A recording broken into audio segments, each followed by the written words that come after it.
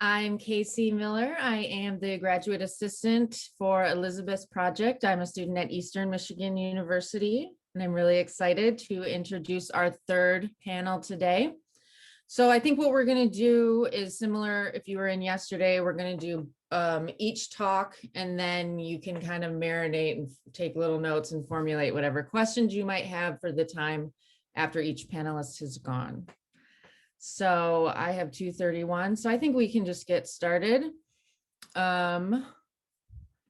First, we have Eric Keenaghan.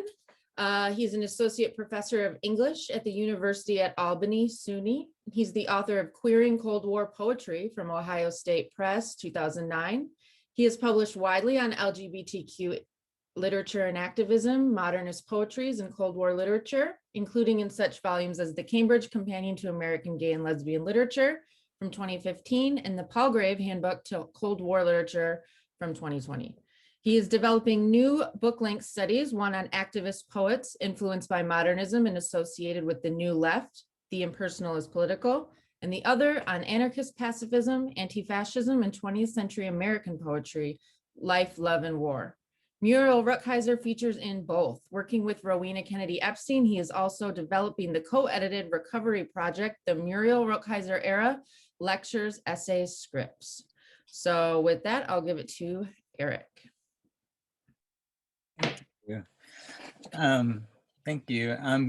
First, I want to thank Elizabeth for organizing this great symposium and for just, galvanizing community, building a community, which is always fantastic. And I want to thank everyone who's presented and for the conversations that have happened. It's been very stimulating. My talk has changed a bit from what the abstract was, and because I've just been crazy, I was unable to rewrite an abstract, but I wrote a paper. So I have, I'm gonna share a screen, and hopefully that will work. Is it working? Nope, there we go. Okay.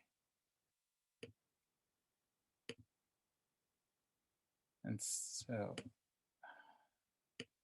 oh, it does not seem to be wanting to agree with me. Shoot. Whoops.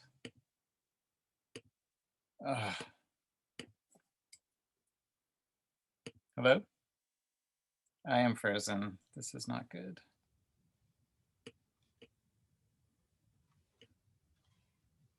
Eric, I'm going to send you my email in a chat, and you see if you share me, if you can send it to me or have someone send me this, I'll see if I can pull it up on my screen. All right. Whoops. Because we can, oh, there you are. There I am. There you are. All right. So I think I froze. So what am I sharing with you? Everything. What's happened? Do you see a presentation now? We see, now it's unshared. We there saw your, there you go. There we are. Okay. All right. So I've changed the talk to Writing in Crisis, Political Unconsciousness and Muriel Rukeyser's Anti-Fascist Career. It has unexpected echoes of some earlier presentations from today. Some of what Eleanor had presented on, I also had gone back to from the archive. Why do eyes look so different? Do you think she's retarded? And also Trudy, some of what she had presented on also has echoes here. So since watching the footage of the Trumpian insurrectionists storming the Capitol building on January 6th, and after seeing the new video released last week by the House managers at the former president's second impeachment trial, I have kept returning to the problem of how the day's violence initially was misattributed to that boogeyman for the conservatives, Antifa. Anti-fascists, as agents of a politics or anti-politics of confrontation, and in the tradition of the Black Panthers, an anti-politics of self-protection, anti-fascists must be willing to resort to violence when necessary. Recently, activist theorists like Mark Bray and Devin Zane Shaw have argued as much. But if neo-fascist insurgency is so easily confused with radical self-defense, ought we claim as anti-fascism's defining quality a readiness for violence, even of a collectively self-defensive and pro-democratic sort? How might we reconceive anti-fascist confrontation and, to reprise a term that surfaced yesterday, antagonism? Muriel Rukeyser's Elegies offer an opportunity to reflect on what anti-fascism could otherwise entail.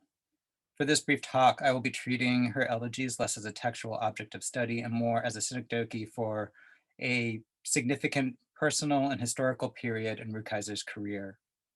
During the decade between her writing of the first elegy and her publication of the series as a standalone volume, Rukeyser's radical poetics and activism had evolved, as it always was in the process of doing.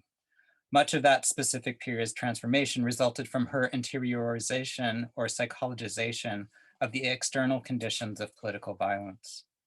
W.H. Auden, who's not necessarily someone to return to, but for various reasons, he just was. W.H. Auden had written approvingly in 1939 of how many leftist Anglophone writers had turned to Rilke's example in the face of the crises of the Spanish Civil War, as well as Nazi and Italian fascist aggressions, precisely because Rilke had, as Auden puts it, quote, occupied himself consistently and exclusively with his own inner life, end quote. Auden goes on to write, quote, this tendency is not to be dismissed with the cheery cry, defeatism.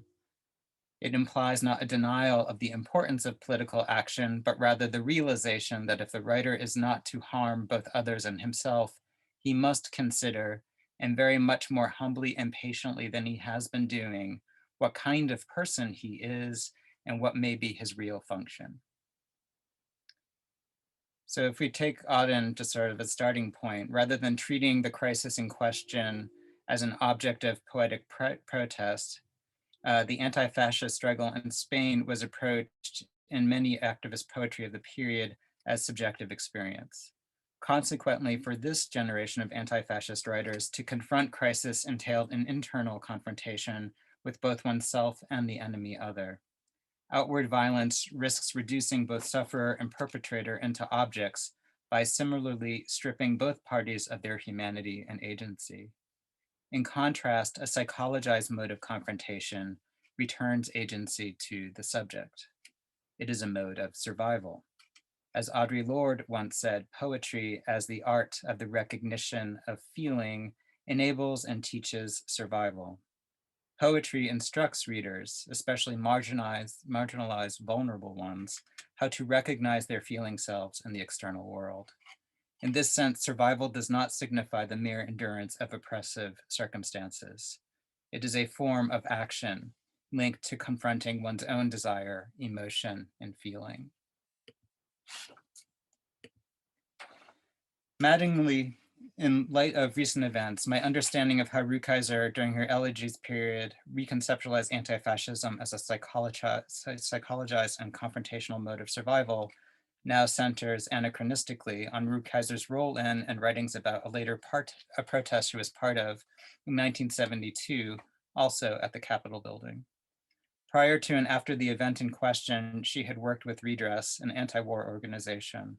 Published reports vary, but Rukeyser, along with somewhere between 93 and 114 other nonviolent protesters, were arrested at the protests for having laid down in the hallways outside the Senate chamber. None of the clippings in Rukeyser's archive about the protest mentions her. Other higher profile celebrities were the media's focus. Actors Candice Bergen and John Voight, film producer Joseph Papp, folk singer Judy Collins, amongst others. They all had lain down peacefully in the same hallway that half a century later, hundreds of neo-fascists would parade through while waving Confederate flags and toting weapons and zip ties. In contrast with the lack of immediate arrests of the violent insurgents 6 weeks ago, the nonviolent Redress protesters were picked up off the floor by the Capitol Police and bodily removed from the building. They were charged with felonies that, as Rukeyser notes in an unpublished op-ed, were punishable with a maximum $500 fine plus up to 6 months in federal prison. A dozen activists would stand trial for refusal to pay levied fines. Rukeyser was among that small number. The celebrities were not. Although such protests are routinely referred to as die-ins, Rukeyser refused to call the action by that name. To do so would be to put it on the other side of life and agency. As she writes in her op-ed, as we come to trial, we wonder what act would stop the war? What act would be a word and convey by civil disobedience or any other way the outrage and grief in ourselves that are strong enough to end the horror raining on the children of Vietnam and horrifying the children of America. The only agency that redress protesters believed available to them was access through public mourning, by breathing a silent word to communicate their frustration, anger, and grief after the failure of all other attempts at public and political address. In the court statement she gave before her sentencing, an event she regarded as a continuation of the Capitol protest, Rukeyser characterized her action and what led up to it in the following way. We have written, we have spoken in the colleges, on the air, and in the streets. We have advertised, we have petitioned our representatives, and all these years horror has reigned on Asia, and we have lived among the number and horrified people of America. No words, no payments have been able to speak to those who make war and judge the years of war. I mourned, I lay down, I grieved. Now I stand here as a witness to another idea of what life can and must be, and I am setting my body with that sense of life. This act of witness and the supine protest precipitating it were the culmination of Rukeyser's anti-fascist career. She doesn't call the American war state fascist per se, but her statement to the court does condemn her government for, quote, the illegality of this war. She goes on to maintain, quote, we wished by our action to uphold our Nuremberg obligation and stand with our generation who died in the wars and camps of Europe and with the generation of our sons and daughters who have resisted the crimes of war. Her and the others' gesture of nonviolent resistance signal not only solidarity with the then current anti-war resistance, but also solidarity with anti-fascists of the past. Part of Rukeyser's statement before the court is reprised in the long poem, Breaking Open, which is on the previous slide, which is immediately followed by a diaristic prose interlude written aboard her flight to Washington, D.C. to stand trial, reproduced on this slide. I'm not going to read it here to just save time, but as you read through it, you can see that here Rukeyser embraces the unconscious as both the seat of, quote, personal identity and as, quote, the unconscious of the race, in order to facilitate critical self-reflection and interpersonal social interrogation. On the surface, this formulation jarringly contrasts with one of her strongest statements from The Life of Poetry from 1949, her earlier manifesto in Antifascist Poetics, whose 10-year period of composition coincided with her composition of the Elegies. In The Life of Poetry, she writes, the tendency of art and religion and the tendency of poetic meaning is toward the most human. It is a further humanity we are trying to achieve at our most conscious and to communicate. For Rukeyser in the 1940s, poetry resists what she calls, quote, the totalitarian hardening of modern life as it expresses itself in the state, end quote. Such anti-fascist and anti-state resistance owes to how it is a communicative form, poetry is a communicative form, that maximizes consciousness, not unconsciousness. For me, Rukeyser's shift to unconsciousness, as marked by the rhetorical interlude quoted previously from Breaking Open, opens a space for rethinking anti-fascism's relationship to violence and historicity, as well as definitions of self and collectivity. As we might put it today, Rukeyser had gone from putting the emphasis on being woke to giving herself and her readers permission to dream. But it is a fitful dream. Rather than focusing anti-fascist violence against external anti-democratic ones, one primarily has to be willing to war with oneself. Rukeyser's shift from consciousness to unconsciousness wasn't as much as a sea change as I'm making it out to seem here, though. She had long strived for a psychoanalytically inflected vocabulary for her leftist and anti-fascist politics.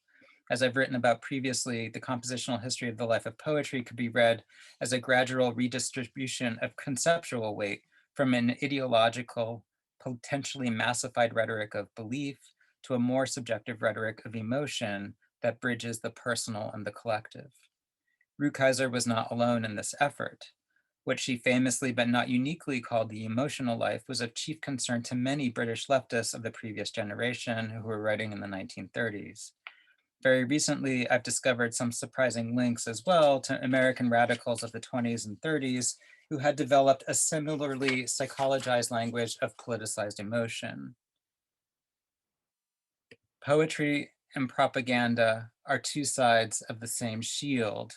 Communist poets and spouses Lucia Trent and Ralph Cheney wrote to the introduction of anarchist Marcus Graham's Anthology of Revolutionary Poetry, published in 1929. Trent and Cheney go on to write, "Without passion, there can be no poetry, and all who feel strongly burn with a zeal to have others share their feeling. True poets are also propagandists, even though their propaganda may be simply for the love of life and the life of love." Trent and Cheney go on to explicitly extend that idea of a propagandizing feeling to psychology. They write, quote, "Modern psychologists are maintaining with increasing emphasis that people are influenced not by purely intellectual processes alone, but also by their emotional impulses." Later in the 1934 essay, "But Poetry is Practical," just love that is, Trent and Cheney write, "Through helping people to grow up emotionally and escape from infantile or childish emotional habits, poetry is practical because it helps people protect their interests from the evil effects of wholesale propaganda, the avenues of which are almost always controlled by the wrong people, usually warmongers and profiteers. Emotionality and psychological development, the practicality and usableness of poetry toward a differently propagandistic end, it all sounds very familiar, a lot like Rukeyser." The full title of Trent and Cheney's book containing this later essay is "More Power to the Poets, a plea for more poetry in life, more life in poetry." Whether or not Rukeyser knew of the volume, I'm uncertain, but in 1940, she too took up the slogan of "More Life" and made it a banner for her own address of anti-fascist survival, enabled by the work of the unconscious and the emotional life. Midway through The Fear of Poetry, the first lecture of the usable truth, Rukeyser inveighs against her countrymen's apprehension in the face of the rising tide of war, and that's what's photographed to the left. She writes, "Social, political, aesthetic beliefs need to be shaken loose. All the molds are broken. Our opinions of war and sex and tomorrow's headlines need to be faced, recast. The last audacity will be this, to demand that people bring their lives, their mature wishes to this effort. Many people will be calling for the gifts of death. It is not their death and trials of war and poverty, but their life, more life, we say." And she capitalizes it there. And of course, the slogan "More Life" reappears in River Elegy, the sixth of Rukeyser's Elegies, which was first published in 1940, and I've reproduced that to the right. Traces of the anti-fascist left endure and recirculate in Rukeyser's work, just like this recurring slogan of "More Life" does. With each usage, she attempts to activate the meaning behind the slogan, its expression of a politicized vision of survival. Each time it appears, she poetically infuses the words with energy, momentum, dynamism, and thus animates and evolves her anti-fascism. Her calls for more life also transform her poetry, for her rewriting demand lays bare her impetus for making poetry more personal, or as some anarchists of the period termed their mindset, personalist. As Rukeyser argues in her 1943 review of a translation of Rilke's sonnets to Orpheus, poetry written, quote, "in a great crisis must go beyond what she calls literalness, intended merely to expose the facts of war." Instead of such documentarian testimony, the poem ought to exemplify that quality Rilke admired in religion, namely its ability to show the direction of her heart so as to name and manifest the subject's relationship to the crisis. Rukeyser's own anti-fascism was the expression of such felt emotional direction and relationship. For her, anti-fascism at its core is a creative desire, a longing for justice, and a longing for a new world which promises to disrupt all identificatory norms, including those of political identity. It is a purposeful confrontation with and troubling of the external world, as well as of what Rukeyser in the Life of Poetry calls one's emotional environment. And that's it. Thank you. All right, thank you, Eric. And we can just move right along, I think, to Adam and take questions after.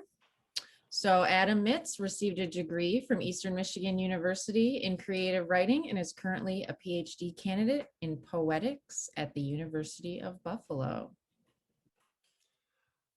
All right, hi, is my mic a decent volume, everyone? All right, awesome. Hold on, let me find my paper. I just want to say that this is really a honor for me. I worked on Muriel Rukeyser with Dr. Doimer back when I was at EMU, and actually Rukeyser was my introduction to documentary poetics, which would end up sort of becoming a major part of how I thought about various, issues of representing history and politics and poetry. So Rukeyser was a huge influence, and I'm happy and very honored to be here. Okay, I would also like to acknowledge right before I start that a lot of this paper came from phone conversations with my friend and colleague, Michelle Leitz, who many of you at Eastern Michigan University know. So I just want to credit Michelle and all her help as I've been thinking through this paper. So I'll start with my initial research question before I veer off to where my research took me. I was interested in all these pronominal shifts in the elegies, particularly in Rukeyser's use of the we. And I'd like to acknowledge right here that the we can be coercive, involuntary, exclusionary, assimilative, but the we can also be anticipatory, proleptic, reparative, or creatively antagonistic, to use a term that has come up several times today. This creatively antagonistic we, I think, is interesting, and it sort of speaks to the sort of the way that we use we in phrases like we need to talk, or we're done here, or we have unfinished business. And so I was interested in this question of the we, and knowing what I do of Rukeyser's political commitments, that she was arrested at the trial of the Scottsboro Boys at age 19. By the age of 22, she went to West Virginia to investigate the Gauley Tunnel disaster, witness the outbreak of the Spanish Civil War. So I was interested in how she was constructing her we and what sort of solidarity she was envisioning in a world that had been riven by war and genocide, and what sort of materials of history and memory she was incorporating into her poems. So this is, Elegies is, haunted, I think, not only by past loss, but also by lost futures. And the question of how to mourn the future, which I think is one of the sort of central questions of our time, though, as we, noted throughout this conference, that, Rukeyser is also still anticipating and hoping for the eventual arrival of the future that I think she glimpsed in Spain. And so the Rukeyser's we, I think, incorporates different voices from across, temporal and spatial distances. When I talk about dream singing elegy, I think that's a place where she's using we of a historical community as a way of anticipating an emergent we of a community to come, you know, from the possible futures she glimpsed in Spain that were later eclipsed by the fascist victory. So I'll briefly talk about, let me check on time because I'm not sure. Oh, I'm running out of time, so I'll have to go much quicker. So one of the things that I thought was interesting in the life of poetry is that the witness in the life of poetry actually isn't the author at all, but Rukeyser sort of uses the term witness for the reader of the poem throughout that book, which I think is kind of interesting. She talks about how, you know, her poetic strategy consists in leading the memory of an unknown witness, setting in motion transfers of memories, exchange of emotional energies. And one other thing that I'll say is that the reason she uses the word witness is not only because it includes the act of seeing or knowing by personal experience, but also the act of giving evidence. She says that witness has an overtone of responsibility and the tension of the law, as well as a dimension of revelation that we are about to change, that work is being done on the self, which I think is very resonant with her work in Elegies. The reason I bring up Life of Poetry, though, is because one of the strategies in Rukeyser's documentary Poetics, and I think she it's sort of influential on how she's working through the Elegies, sort of involves this compression of writing and reading into the same sort of act of witnessing, and sort of allows for these channels of different stories of polyvocality, multiple perspectives to emerge in her poems. And I just want to gesture to Eric Keenaghan's work on the early drafts of Life of Poetry, because I think they're really instructional into how Rukeyser is working through a lot of contemporary scientific and literary theories on, as Eric mentioned in his talk, on the sort of emotional life and the collectivity of emotions.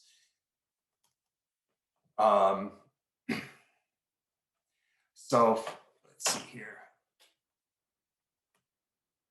One of the figures that Rukeyser is working through is Christopher Caldwell, as Eric Keenaghan notes, a British Marxist who died fighting the fascists in Spain in 1937. And you know, Keenaghan quotes Caldwell as saying that bourgeois poetry is individualistic because it expresses the collective emotion of its era. Poetry must use the collective world of language. It focuses all emotional life of society in one giant I, which is common to all, and gives to all men one breathless experience. And it's interesting to think of this in terms of, you know, the question from earlier today of like, what if been Rukeyser instead of Adorno? Because Caldwell's formulation recalls sort of Adorno's argument in Lyric Poetry and Society. And I would say one place where Rukeyser would sort of break with Caldwell and sort of develops his ideas further is that even though the I is very important in her work, I don't think she sees the function of the I as being one giant I of the people. I think that the way that she sees the I as the personal act of witness in a lot of her poetry, where the we is something else. So I'm gonna turn now to Dream Singing Elegy itself. In Dream Singing Elegy, Rukeyser writes from the perspective of the Klamath people of California, adopting the pronoun we to narrate the historical circumstances of the ghost dance and the practice of dream singing, which she discusses in Life of Poetry as part of the submerged continent of song underlying American literature. Rukeyser's interest in dream singing and the story she wants to tell is how indigenous people started to recognize that they were dreaming the same dreams and turn those dreams into song. So Rukeyser writes, "In the morning we told our dreams, they were all the same dreams. Dreamers wake in the night and sing their songs. In the flame brilliant moonlight, promises arrive, singing to each of us with tongues of flame.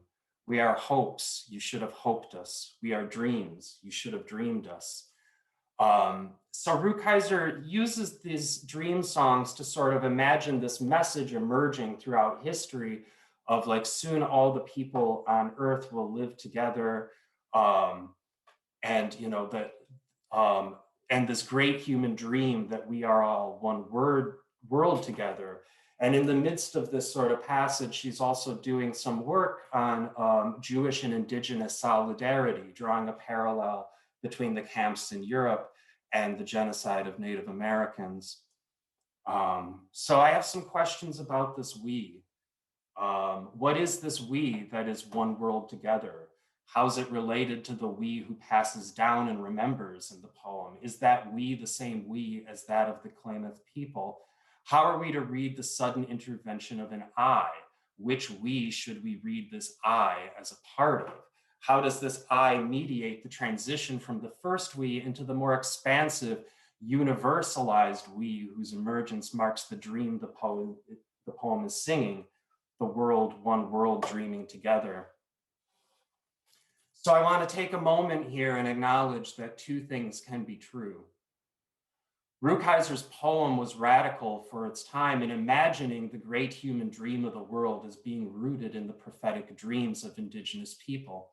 And in her drawing a parallel between America's founding and the Shoah, her recognition of fascism as a continuation of techniques of genocide that were pioneered in the settling of the American West. So that's true, and I think a remarkable facet of this poem.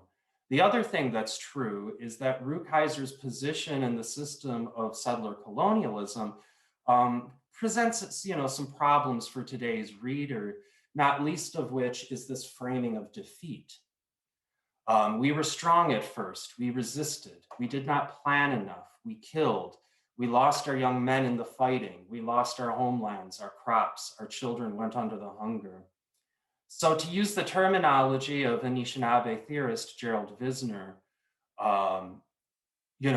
this sort of is rehearsing this trope of victimry, the sort of long-suffering, lamenting Native American, where the military defeat of indigenous peoples becomes this precondition for, in the poem, for imagining the continual rebirth of memoried America, and the sort of enlistment of these dreams and songs into the poet's vision rather than, say, the political interests of the Klamath people. I will say that, Rukeyser, I think, works against the sort of narratives and logic of defeat in other ways by sort of insisting on the continued survivance of indigenous people, though she wouldn't have been familiar with that term. And Lucas Moe presents us with a more reparative reading that Elegy thus offers a way of dreaming among defeat, a form of revolution during a time of cyclical death. And Moe sees dream singing as a revisionary process, a reflection on the power of poetry to invoke and subvert the genre or fantasy of nation singing. I want to say that I relate to what Meryl Altman said yesterday, because I too struggle with the differences in how I see America from how Rukeyser sees America. And while I share many of Rukeyser's ultimate political goals, I don't think America is or ever can be the vehicle to achieve them. But I like the sort of idea of creative antagonism Rukeyser presents as a way of thinking about the work to be done. And there is a lot of work to be done before we can even begin to talk about unity. And I think that the anticipatory we of Rukeyser's "We Are One World Together" at the present moment is precisely the we that we use in the sense of we have unfinished business together. I want to talk briefly about Rukeyser's sources. which, as mentioned earlier by Trudy, comes from the anthropological work of her friend Phileo Nash. And I appreciated Bill Rukeyser also talking about Phileo Nash's term in the BIA. I think Nash is actually a interesting case of his generation, of liberals, and the sort of contradictions of between how their high-minded ideals and hopes for radical reform got sort of smashed against the political realities of a settler colonial state. And I don't have time to do too much of a deep dive into this, but there's oral history interviews with Nash where he talks about his frustration with trying to get the Truman administration to oppose the policy of termination, which involved sort of the sort of end of any sort of federal recognition of Native tribes and sort of like ending their ending the reservation system, sort of forcibly assimilating Native Americans, and as a consistent opponent of termination from the 1940s on, that's one area where Nash can sort of get credit. But his preferred policies at the BIA in the 60s, things like education, vocational training, economic development, also still play into this logic of assimilation in some ways, especially assimilation into capitalism. Nash talks about his hope that Native Americans will walk in two worlds, one in a world of indigenous sovereignty and the other in the world of American capitalism. And he uses this example in the oral history interviews of a man named Preston Kavama, who was got a job at Los Alamos.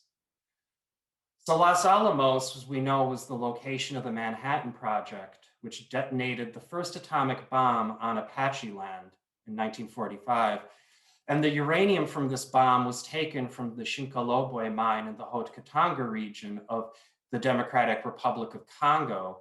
Between 1944 and 86, mining companies extracted 4 million tons of uranium from Navajo land as well, leading to high rates of cancer and kidney disease among the Navajo people. Decades later, Kavama, a survivor of the 1947 famine in Navajo and Hopi country, would appear on MTV's Live Aid broadcast in a funding drive for the 1985 famine in Ethiopia, holding seeds in his hand while saying, "We want to share with our brothers and sisters in Africa the seeds of our heritage." That money, famously, did not go to hunger relief, but was used to buy Soviet missiles. And to conclude, I'll just mention the other weird sort of thing that keeps sort of circulating here for me with this poem and this famine in Navajo country and the Manhattan Project is that Dream Singing Elegy would appear as part of Peter Sellers' libretto for John Adams' 2006 opera Dr. Atomic, which is about J. Robert Oppenheimer. And I think Meryl Altman has a much more a charitable reading than mine. She sees the presence of Dream Singing Elegy as an alternative to the language of nationalism and scientific rationality that dominates the rest of the scene. And I think Meryl might be right. I think that's more, I don't know. It's likely a more informed reading than my own because I'm not a huge John Adams fan in general. But I guess what I will say is that one part of the opera that bothers me is that Oppenheimer rather than than Rukeyser is given the last word and sort of says, "Lord, these affairs are heavy on the heart," which just to me seems to be part of this pretense of innocence that happens under colonialism, an innocence that never really existed in the first place, but white people imagine themselves as constantly losing. And I think one of the great things about Muriel Rukeyser is that she's sort of disinterested in innocence, even at her most patriotic. and has an unsparing dedication to truth telling, even if some folks might not, even if it's not necessarily her truth to tell all the times. And I would say that, one of the continuing relevant things about Muriel's poems for our contemporary day and contemporary poetics is in their multi-perspectival polyvocality, their layers and sediments of citationality, the montage of document and memory, and the transformation of evidence into song. And I think I'll just leave it there. So thank you. Thank you, Adam. And we are open for questions. Vivian, you had a hand up. Did you have a question?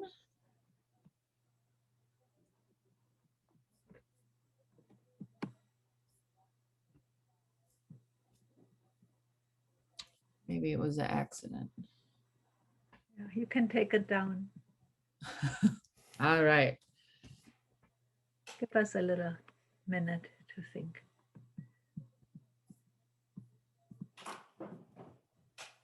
All right, Meryl, start us off. Yeah, thank you. That was marvelous. Both presentations, so helpful. I just want to say a word about the opera, which is that the last word of the opera is actually given to the woman who's dying in Hiroshima. Oh. There's a there's a really interesting article by Alex Ross, which I will share if I can figure out how to do this, where he talks about it's a complicated, interesting article, but he talks about how Sellers had a more reparative vision, and Adams is more unrelievedly bleak. I think I don't know that I have a reading of the opera. I think it's interesting. And I think I'm more of an Adams fan than not. I think because of the lack of easy resolutions in even in Klinghoffer and those things, but yeah, I mean, I had another thought about we, which is it's more a comment, I guess, than a question, but part of the value of Rukeyser's work for feminism, I think, is a non-coercive we, or a we that is porous at the edges, or where there are like a lot of overlapping circles, maybe is a way of putting it. I mean, if you think of second wave feminism, that term is in quotation marks, but if you think of it as unfolding in between when Beauvoir says women do not say we, and then when, like, in between that and what do you mean we white woman, there's just a lot going on there, and in between when there's an Adrienne Rich poem where she talks about saying I, and about how it all became silly, ironic, terrible. I mean, there's just I don't have a thesis statement here, but this was a part of my paper that there wasn't time to give. You know, the idea of finding a non-coercive way to gather, you know, the magician's we is an evil we, right? oh, this the QAnon we, you know, you're lost, you're found, here we are, we're going to do horrible things and have our own reality, which then becomes, you know, real because there are guns involved. You know, so and also the question of how not to turn any movement, the left or feminism or whatever, into a circular firing squad with the, you know, the People's Front of Judea versus the Judean People's Front and all of that. You know, I mean, it seems to me this question of the I and the we is the question. Yeah, I mean, that question also can then presume, though, that they're static. I mean, one thing that Adam's presentation nicely does is that they split up and sort of pluralize the we, that there are multiple we's, that it's performative in the linguistic sense, in critical theory sense, of being a performative function of creating a collectivity, and how you say we, the contingencies in which one says we. But also, I think one thing that is important about Rukeyser is that that performative dimension of the we also comes from understanding the performative dimension of the I. The I is more of a haesody. It's not a static entity. It's not a coherent entity. You know, I mean, her admiration for Whitman, which has come up repeatedly, is really about containing multitudes. And she herself was a woman of contradictions. And I think that it's really important to think about, like, how there's a refusal to deny the contradictions. When I've taught Rukeyser, and some of my students will be presenting shortly or chatting shortly about sort of working on Rukeyser in an undergraduate context. I mean, I presented her really as the course was called The Lives of Muriel Rukeyser, like the many lives, and not just because of many roles or many historical moments or points in her career, but because of those contradictions. And that's where one thing that I think that's really generative about Rukeyser's work is that she can mean what people want her to mean. Like, and this can be a drawback of embracing multiplicity, of working processually and thinking in terms of becoming rather than being. She can also become sort of this lodestone for projections. So people impose upon her. In Rowena's presentation, you know, Rowena's talk nicely laid that out about all the ways in which that can lead to suppression, silencing. But projection also can be co-option. And so the second wave feminists, white liberal second wave feminist appropriation of Rukeyser, I think in a lot of ways speaks to that. She seemed to speak what the language they were speaking, and it was really clear, and she was really clear about the fact that she didn't get why they thought that. Even in like her preface to World Split Open, the anthology of feminist poetry, you know, it's sort of questioning that. So, I mean, one thing that I think is valuable about Rukeyser is that she just urges us to, like, interrogate, as Adam had presented, like, what is we, but also, I think also, like, what is I? Yeah. Adam, do you have a comment before we move to Bill? No, I think we can move to Bill, yeah. Sure, Bill. Okay, I was really fascinated by both presentations, so thank you very much. I wanted to add a couple of footnotes, which may be relevant, maybe they're just amusing, but you referenced Dr. Atomic, Adam, and I just wanted to make sure that everybody knew that my mother went to the same high school as the Oppenheimer brothers. She was a classmate of Frank. Robert was a couple of years older, but one story that she always told, and of course this was years before Doc Atomic, and you know, she didn't know, obviously didn't live long enough to know anything about this, even as an incipient project. But the story she would always tell was in the chem lab at Fieldston High School in the Bronx, and people would point up to the ceiling this scorch mark with a slight dent over one of the tables that had Bunsen burners on it. And they would point at this scorch mark and they'd say, "That's Oppie." because apparently even as a high school student, he liked to make things go boom. And so when I went to see Dr. Atomic, I had to think of that story that she told.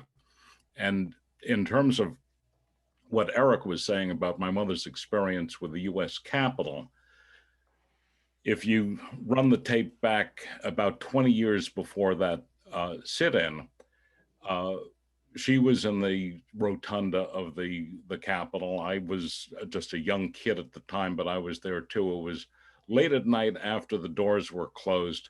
She had been commissioned to do the script for a piece that CBS was going to do one Sunday morning about the art in the Capitol. And so we were there the night before. Heavy wires, of course, this was, you know, pre-videotape, all that. Heavy wires, lighting set up, doing a rehearsal for this presentation on a show back then called Omnibus. They did a run through. We went back to the hotel. I'm not sure whether it was later that night or very early the next morning that she and Monica McCall got the word that this segment had been canceled.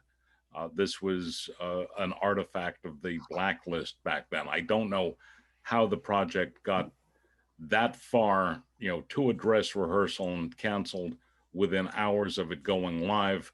But in any case, that's one more connection of hers to the US Capitol. And then the last thing that I'd like to show you is this November 16th edition of the Washington Star, when she went to serve her time for that demonstration. It was obviously, the reason I have this is it's something that she was proud of and she kept around. That's great. I was going to reference the Big Dome episode, but that got relegated to a footnote that was cut.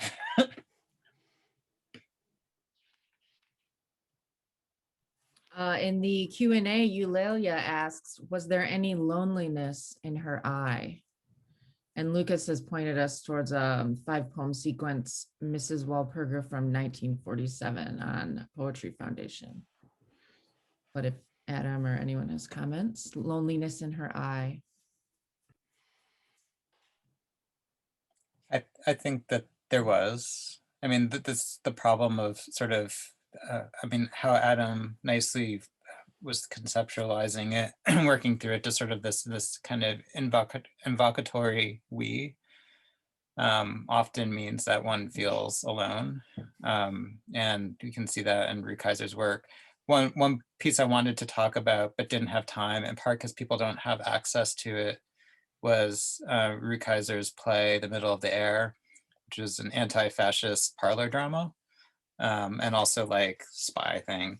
But that the lead character in there, who's modeled on Anne Lynn Burke, is really a lonely figure. And she's the one who embodies at the end of the play that expression of want that had been talked about yesterday, you know, which recurs throughout the Elegies, which is all dating from the same period. She worked on the play from 44 to 45 and then beyond. So yeah, so I think there is a lonely eye. All right, Lucas. Yeah, thanks for both of your talks. My question was more for Eric. And I was wondering how you think about anti-fascism in constellation with terms like, well, communism, but also left with a capital L, which is, you know, had a resurgence in capital L left literary studies, and then also I guess volumes like, maybe some folks have seen this, Julian Murfitt and I can't remember the other editor, the Communism and Poetry volume that came out recently, which attempts to theorize a relationship between communism and poetry. And so I wonder how you see your work in dialogue or not with vein of literary studies, which takes terms like left and communism as keywords, not always like necessarily referring to literal communists or something, but maybe even just like philosophies of communism. But how your work with anti-fascism as your keyword is in dialogue with that at all? Well, my keyword is anarchism, but I hesitate to put that on Rukeyser for lots of reasons, although I have tried in the past. But I mean, anti-fascism, it's not an ideology. It's just a position. It's positionality. And so I think a lot of so-called Marxist poetry studies, so-called, is really, not all, but a lot is just sort of stodgy.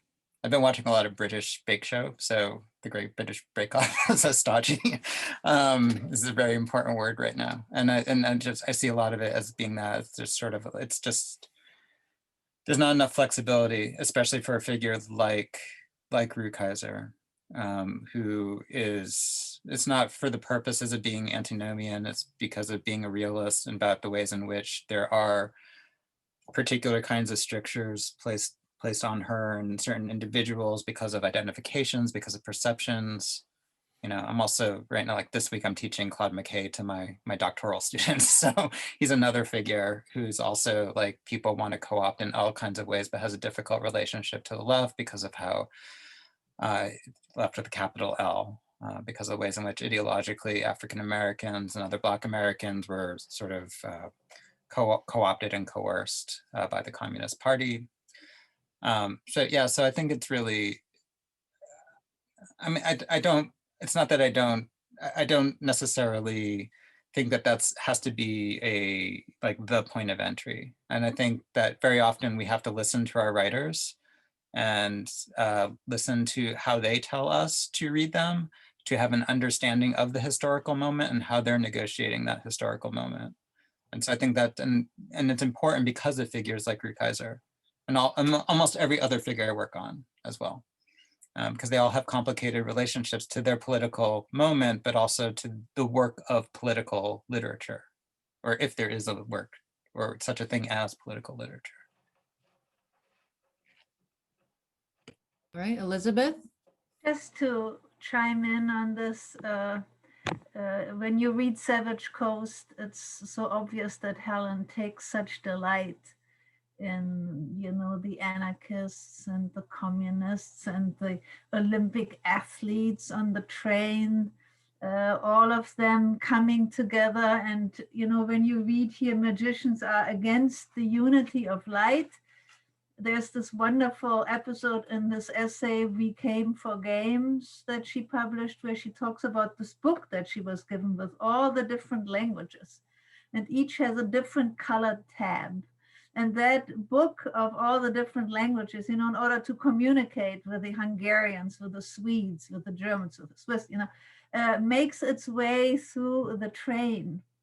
And so to me, that really represents what she was most delighted by, which is when people came together, you know, but they came together for strategic purpose in that sense, to maintain the Republic and to fight for the Olympic Games, which was supposed to bring together all the races and all the humans, you know, in joy. I mean, you know, and this is, you know, I never realized this as much until I reread Savage Coast, of what it meant for them to actually hold the games, even though said, how are you going to do the games? You know, I mean, you don't even have tennis balls any longer.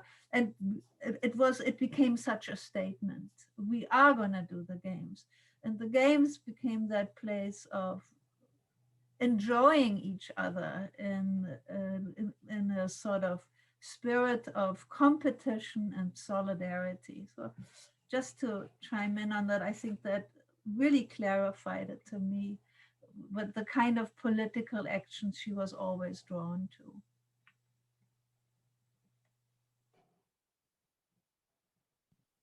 All right, and that is perfect because it's 3:30.